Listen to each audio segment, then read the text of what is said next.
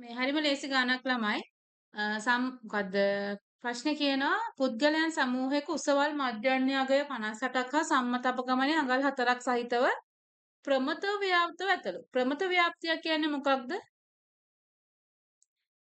අපි ඉංග්‍රීසි වලින් කියනවා normal distribution එකක් කියලා. normally distribute වෙනවා කියලා කියනවා. ප්‍රමතව ව්‍යාප්ත වෙනවා කියලා කියන්නේ අපේ තියෙන data set එක මෙන්න මේ ආකාරයට ව්‍යාප්ත වෙනවා කියන එක. හරිද?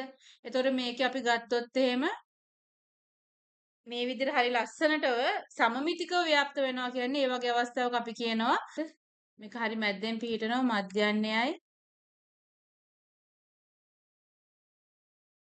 මධ්‍යස්ථයයි මධ්‍යන්නේ මධ්‍යස්ථය සහ මාත්‍ය එක මත එක වැටෙනවා. හරිද?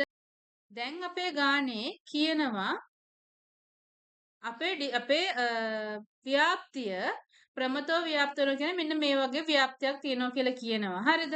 එතකොට මේකේ මධ්‍යන්නේ 58යි. අපි ඒක දාගමුකෝ x බාර් කියලා. x බාර් 58යි. සම්මත අපගමනය. සම්මත අපගමනය අපි දාගමු ඔයාලට පුළුවන් s විදියට දාගන්න පුළුවන්. මම මේක දාගන්නම් s කියලා. ඒක තමයි අපේ සම්මත අපගමනය. S4යි. එතකොට විචලතාව කියන්නේ සම්මත අපගමනයේ වර්ගයනේ පුතා. එතකොට මේක 4යි වර්ග කියලා අපිට ලියන්න පුළුවන්. හරි. ඔය ටික ලියාගත්තට පස්සේ අපිට පුළුවන් මේ ව්‍යාප්තිය මෙන්න මෙහෙම ලියන්න. normal distribution එකක් කියන එකෙන් තමයි මේ n එක අපි ගන්නෙ. හරිද? මම කියවනේ මේ ප්‍රමත ව්‍යාප්තියට ඉංග්‍රීසි වලින් කියන්නේ normal distribution කියලා. එතකොට මේ n විදිහට ලියන්න පුළුවන්. ඊට පස්සේ අපි මේක මුලින්ම ලියනවා අපේ මධ්‍යයන්ය සහ ඊළඟට තියෙනවා අපි විචලතාවය 16යි. 14 වර්ග කියලා ලියන්න පුළුවන්. හරිද? ඔන්නෝම ලියාගත්තට පස්සේ පුතා අපි මේක මේ විදිහට මේ විදිහට තියාගෙන හදන්නේ නැහැ. ඒකට අපි මේ ස්ටෑන්ඩඩ් විදියක් හදා ගන්නවා. හරිද? ඒකට කියනවා මොකක්ද? ස්ටෑන්ඩඩ් ටේබල් එකක් තියෙනවා අපිට. මෙන්න මේක. සම්මත ප්‍රමත වක්‍රයට ඒ කියන්නේ මෙන්න සම්මත ලෙස සඳහන් වූ සම්මත ප්‍රමත ව්‍යාප්තියක් විදිහට අපි කන්වර්ට් කරගන්නවා අපේ මේ දැන් මේ ඇඳගත්තු එක. හරිද? දැන් මෙතනදී ප්‍රශ්නෙන් අපි කතා කරද්දී ඔයාලට ඒක තේරෙයි. හරිද? මෙම සමූහයෙන් සසම්භාව්‍ය ලෙස තෝරාගත් පුද්ගලයෙකුගේ උස වැඩි තරමින් අඟල් 60ක් වීමේ. වැඩි තරමින් අඟල් 60ක් වීමේ ඒ කියන්නේ වැඩි තරමින් කියන්නේ පුතා උපරිමයෙන් 60ක් වෙන්න පුළුවන්. නැත්තම් ඊට වඩා අඩු කට්ටිය. උපරිමයෙන් 60ක් වෙන්න පුළුවන්. නැත්තම් ඊට වඩා ඒ කියන්නේ වෙන්න පුළුවන් උපරිමයෙන් 60යි. හරි එහෙනම් 60 හෝ 60ට වඩා අඩු කට්ටියගේ සම්භාවිතව අපි මෙතනින් අහනවා. අපිට ඒක ලියන්න පුළුවන් x කියන කෙනා 60ට වඩා කුඩා වීමේ සම්භාවිතා.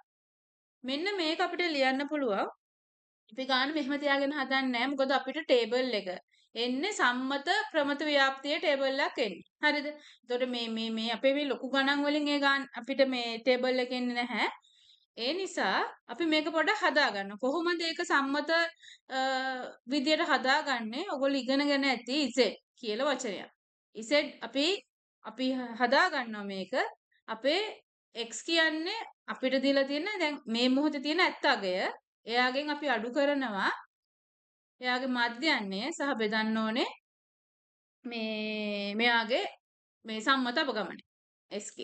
හරිද? ඕක තමයි අපේ ෆෝමියුලා එක. දැන් අපි මෙතනට මේක ඇප්ලයි කරමු. මම මේක අරන් එන්නකො මෙහෙම. හරි. මේක ඉක්වල් වෙනවා. මම මේක ලිව්වොත් මම මෙයාටත් මම මෙයාවත් මෙයාව ඉසෙට් කරනවා. ඒ වගේ මෙයාවත් ඒ විදිහට ඉසෙට් මේ ෆෝමියුලා එකට දාන්න. හරිද? එතකොට මෙතනින් එන්න ඕනේ x x bar යට s. මෙතනින් දැන් අපේ ඔරිජිනල් අපේ මේ දැන් තියෙන අගය 60නේ. 60න් අඩු කරන්න ඕනේ පුතා x bar. x bar කියන්නේ මේකේ මධ්‍යයන්‍ය 58යි. ඒක බෙදන්න ඕනේ සම්මත අපගමනයෙන් 4යි. දැන් අපිට ලියන්න පුළුවන් මේ තියෙන අපේ z. z කුඩායි හෝ සමානයි මේ ගාන 60න් 58ට ගියම 2යි 2 4න් බෙදුවම කීයද පුතා 0.5යිනේ. හරි. දැන් අපි අර අපේ මේ මේ ටේබල් එකෙන් අපි හොයාගන්න ඕන මෙන්න මේක. හරිද? ඇත්තටම ඔක මං ඇන්දොත් එහෙම අපි හොයාගන්න ඕනේ. මං ඔයාලට කියන්නම්කො මෙහෙම. හරි. මං හොයන්න ඕනේ මේ පැත්තේ අපි මේ පැත්ත හරි මැද්දෙන් දානවා බිඳුව කියලා. හරිද? මේ පැත්තේ තියෙන ඍණාගයන් ටික මේ පැත්තේ තියෙන ධනාගයන් ටික සහ මේවා සමමිතිකයි. හරිද? එතන මෙතනින් අපෙන් අහන්නේ 0.5ට වඩා අඩු ටික. එහෙනම් මං ඔයා මේ පැත්තෙන් ධන 0.5ක් ඇඳගත්තොත් එහෙම මෙතනින් 0.5 මාක් කරා කියන්නකෝ. එතකොට ඔයා හොයාගන්න ඕන මොන ටිකද? 0.5ට වඩා අඩු ටික. මෙන්න මේ ටිකේ මේ සම්භාවිතාව තමයි හොයන්න ඕනේ. හරිද? මේ ටික හොයන්න ඕනේ. දැන් අපි බලන්න ඕනේ අපිට කොහොමද අපේ මේ වගුව දීලා තියෙන්නේ කියලා. මේක තව විදියක් පුළුවන්. මේක සම්භාවිතාව සාමාන්‍යයෙන් පුතා සම්භාවිතාව කියන්නේ සම්භාවිතාවල ඔක්කොගෙම එකතු එකක් වෙනවනේ පුතා. මේ හරි මැද්දෙන් බෙදුවම මේ පැත්තේ සම්භාවිතාව 0.5යි මේ පැත්තේ සම්භාවිතාව 0.5යි. සම්මිතික වෙනවනේ. මේ දෙක එකතු එකට සමාන වෙනවා. මේ සම්පූර්ණම මේ වර්ගඵලයෙන් කියන්නේ මේක සම්භාවිතාව. ඔයාලා දන්නවා සම්භාවිතාවේ සියල්ලගෙම හැම දත්තයකම එන්න පුළුවන් සම්භාවිතාව සියල්ලගෙම එකතු එකට සමාන වෙන්න බෑ. එහෙනම් මේක හරි මැද්දෙන් මං කව සම්මිතිකව බෙදනවා කියලා. එතකොට මේ පැත්තේ තියෙන සම්භාවිතාව 0.5යි මේ පැත්තේ තියෙන සම්භාවිතාව 0.5යි. එහෙනම් අපි මේක හොයන්න නම් ඔයාලට විභාගෙදී මං විශේෂයෙන් කියන්නේ හරිද? මේ දෙන්න පුළුවන්. දැන් මේ ඕගොල්ලන්ගේ මේ සම්මත තියෙන ඕගොල්ලන්ගේ විභාගෙට දෙන මේ සම්මත ප්‍රමත යටතේ වර්ගඵලය.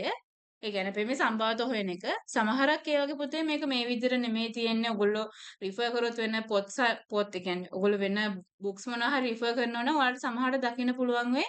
සමහරක් වෙලාවට මේගොල්ලෝ දෙනවා මෙන්න මෙහෙම. මෙන්න මේ පැත්තේ වර්ගඵලය තමයි මේකෙන් පෙන්වන්නේ කියලා. සමහරක් වෙලාවට දෙනවා මේගොල්ලෝ මෙතනින් මේ පැත්තේ වර්ගඵලය තමයි මේ පෙන්වන්නේ කියලා. එතකොට දීලා තියෙන එකට අදාළව ඔයගොල්ලන්ට පුළුවන් වෙන්න ඕන එක හරියට හොයාගන්න. අපි ඒට පස්සෙමු. දැන් බලන්න මේ ඔයගොල්ලන්ගේ ගාන දීලා තියෙන්නේ මෙන්න මෙහෙම මේ කෑල්ලක්. මේ කෑල්ලකින් තමයි මේ ටික පෙන්වන්නේ. එහෙනම් කියන්නේ මේ කෑල්ලක වර්ගඵලය තමයි මෙතනින් පෙන්වන්නේ. වර්ගඵලය කියන්නේ අපේ එන්නේ සම්භාවිතාව. අපි එහෙනම් පොඩ්ඩක් මෙතන එක හදාගෙන යමු.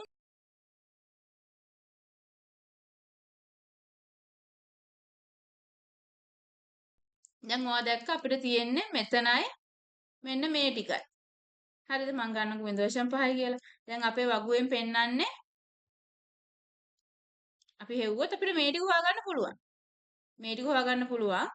එහෙනම් පුතා අපිට කොහොමද මේ දන්න ඕනේ මේ ටික 0.5යි කියලා. එහෙනම් පිළිතුර එන්න ඕනේ 0.5ට එකතු කරන්න ඕන මොකක්ද? අපේ පිළිතුර එනවා 0.5ට එකතු කරන්න ඕනේ සම්භාවිතාව 0.5යි අතර. හරිද? මං කියන එක තේරෙනවද? ප්‍රශ්න තියෙනවද?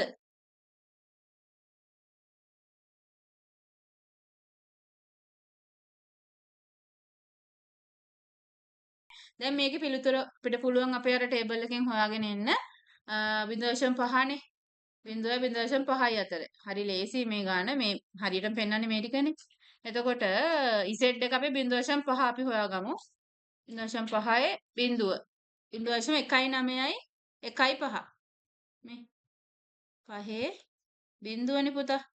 එතකොට 0.19යි 1.5 0.19යි 1.5 0.5යි 0.19යි 1.5යි. දැන් මේක එකතුව ගත්තම අපිට එනවා 6යි 0.699යි 1.5. හරි. දැන් ඔන්න ඒ සම්භාවිතාව හොයාගෙන ඉවරයි. ඊළඟට යමු ඊළඟ ප්‍රශ්නෙට. අඟල් 60ට වඩා අඩු බව දී ඇති විට පුද්ගලයාගේ උස අඩුතරමින් අඟල් 56ක් වීමේ සම්භාවිතාව හොයන්න කියලා කියනවා. දැන් මෙතන නම් තියෙන්නේ අපි කියනවා ඒකට මෙහෙම. මෙතන කියන්නේ අඟල් 60ට වඩා අඩු බව දී ඇති විට අඟල් 60ට වඩා අඩු බව දීලා තියෙනකොට ඒ කියන්නේ අපි ගන්න x කියන කෙනා 60ට වඩා අඩු බව දී ඇති විට පුද්ගලයාගේ උස අඩු තරමින් අඟල් 56ක් වීමේ. අඩුම තරමින් අඟල් 56ක් කියන්නේ අඩු තරමින් 56ක් වෙන්න ඕනේ. හැබැයි 56ට වඩා වැඩි වෙන්නත් පුළුවන්. හරිද? එහෙනම් අඩු තරමින් 56ක් කියන්නේ 56 හෝ 56ට වඩා වැඩි. එහෙනම් මේක අපි ලියන්න පුළුවන් මෙන්න මෙහෙම. හරිද? දැන් මම ඔයාලට කියන්නම් මෙන්න මේකේ තේරුම මොකක්ද කියලා. ඒ මෙන්න මෙහෙම. මේක අපි ඇත්තටම ලියන්න පුළුවන් PA ඡේදන B බෙදීම PB කියලානේ පුතා. එතකොට A ඡේදන B අපිට ලියන්න පුළුවන් කොහොමද? A සහ ඔව්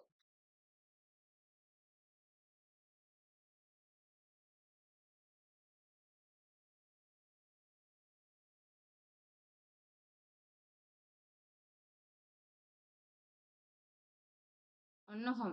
දැන් මෙතෙන්ට කොහොමද අපි ඒක ඇප්ලයි කරගන්නේ කියලා බලමු. ඒ කියන්නේ මේකෙන් කියන්නේ මේ දෙකම තෘප්ත වන අවස්ථාවක් ගැන. ඒ කියන්නේ 60 දීලා මේ 56 ට වඩා වැඩි වෙන්න ඕන 60ට වඩා අඩුයි කියලා දීලා තියෙනවා. එතකොට මේ දෙකම සැටිස්ෆයි වෙන්නේ පුතා 60ට වඩා අඩුයි හැබැයි 56ට වඩා වැඩි. එහෙනම් මට මේක ලියන්න පුළුවන් කොහොමද? 60ට වඩා අඩුයි 56ට වඩා වැඩි. මෙන්න මේ ආකාරයට අපි ලියන්න පුළුවන්. යට ලියනවා මේ යට ලියනෝනේ යට ඉන්නේ මේ පිටිපස්සෙන් ඉන්න කෙනානේ. පිටිපස්සෙන් ඉන්න කෙනා තමයි යටින් ලියන්න ඕනේ. ඒ කියන්නේ සම්භාවිතාව x කුඩයි 60 අවස්ථාව. දැන් අපිට තියෙන්නේ මේ දෙක හොයාගෙන ඇවිල්ලා මෙතනට දාන්න. මේ දෙක හොයන් යන්න ඕනේ ප්‍රමත ව්‍යාප්තියට දාලා අපි හොයාගෙන එමු. දැන් මුලින්ම අපි හොයමු මෙතන උඩ ඉන්න එක්කෙනා. 56යි x 60. දැන් මේක අපි කන්වර්ට් කරගන්න එපා පුතා z වලට.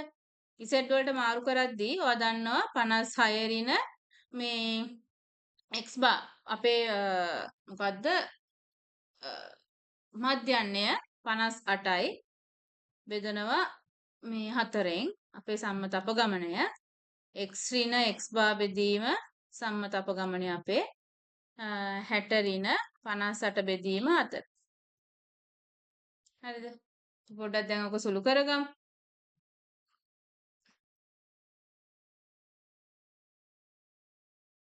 අපිට x 60ට වඩා අඩු එක හෙව්ව නිසා මේකම අපිට පාවිච්චි කරන්න පුළුවන්. කිසි ප්‍රශ්නයක් නැහැ.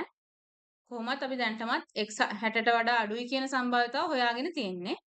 දැන් මෙතන අපි පොඩ්ඩක් සුළු කරගමු. අපිට එනවා මෙතන ඍණ 2යි 0.5යි z මෙතන එනවා දන්න 0.5යි. එතකොට ඔයාලා ඇඳලා බලන්න මෙයාලා අපෙන් ඉල්ලන්නේ මොන කොටසේ කියන්නේ ප්‍රමිති ව්‍යාප්තිය ඇඳොත් එහෙම මොන වර්ගඵලයේද මේගොල්ලෝ මේ ඉල්ලන්නේ කියලා ඔයගොල්ලෝ ඇඳ ගන්න. මෙතනින් බිඳුවනේ තියෙන්නේ. එතකොට මෙතන තියෙන 0.5 මෙතන තියෙනවා ඍණ 0.5. අපේ සම්භාවිතාව අහන්නේ ඔය අතර ටික. හරිද? මේ අතර ටික මේ ඔක්කොම. මං කියවනේ පුතා මේක සම්මිතික වෙනවා කියලා. මම කිව්වා මොකද්ද මේක සමමිතික වෙනවා. එතකොට පුතේ ওই බිඳුවෙන් දෙපැත්තේ හරි සමානවනේ 0.5 0.5 ගිහිල්ලා තියෙන්නේ. එතකොට පුතාලට පුළුවන් නම් මෙන්න මේ ටික හොයාගන්න. මේ වගේ දෙගුණයක් මේ වගේම කොටසන්නේ පුතා මේ පැත්තේ තියෙන්නේ. එතකොට මේ පැත්තේ සම්භාවිතාව හොයාගත්ත කියන්නේ මේ වගේ දෙගුණයක් තමයි අපේ පිළිතුර ලෙස එන්න ඕනේ. හරිද? එහෙනම් මම මේක ලියනවා.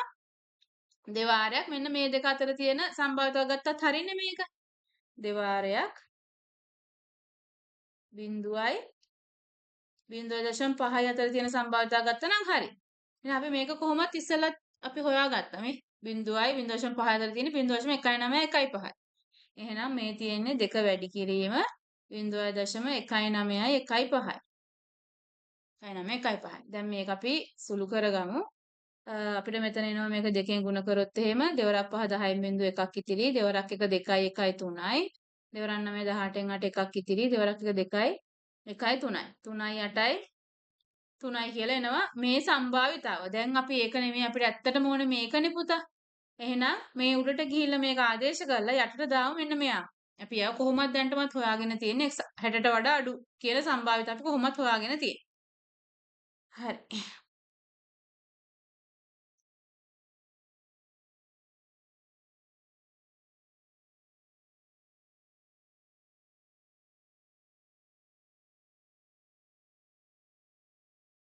0.38 බෙදනවා අපි 0.695 691.5 ආවේ මෙන්න මෙතන. දැන් අපි මේක පොඩ්ඩක් ඉතින් සුළු කරගන්න ඕන ළමයි. අපිට එනවා පුතා 0.55 ආසන්න වශයෙන් ගත්තොත් 3.9ක්. 5යි 38යි 30 ඔව් 69 15. ඔය වගේ ආසන්න අගයක් අපිට මෙතනට එනවා. හරි. තේරුණාද ළමයි?